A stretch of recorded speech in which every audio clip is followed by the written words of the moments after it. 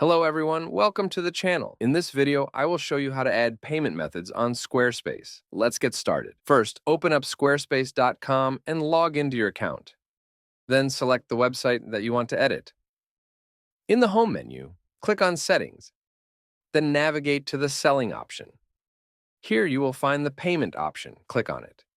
And here, this is how it will appear. You get 3 different ways to do it. The online way is to do it using Stripe or PayPal. The offline one is point of sale, which is only available for the US citizens only. It is basically to receive the cash or through credit cards. You can utilize this one if you are in the US. Otherwise, you can use Stripe or PayPal. Venmo users can also use PayPal, and Stripe supports Apple Pay and other payment methods. Just click on your preferred option, and a window will pop up to guide you through the setup process. It might take a moment to load. You'll be prompted to provide your email for Stripe. If you choose to log in or connect with PayPal, you'll need to link your PayPal account during the setup process. And this way, after connecting your respective account with Squarespace, you would be able to receive your payments in that particular account. And after connecting your respective account with Squarespace, you'll be able to receive payments directly into that account. This is how you can add payment methods on Squarespace.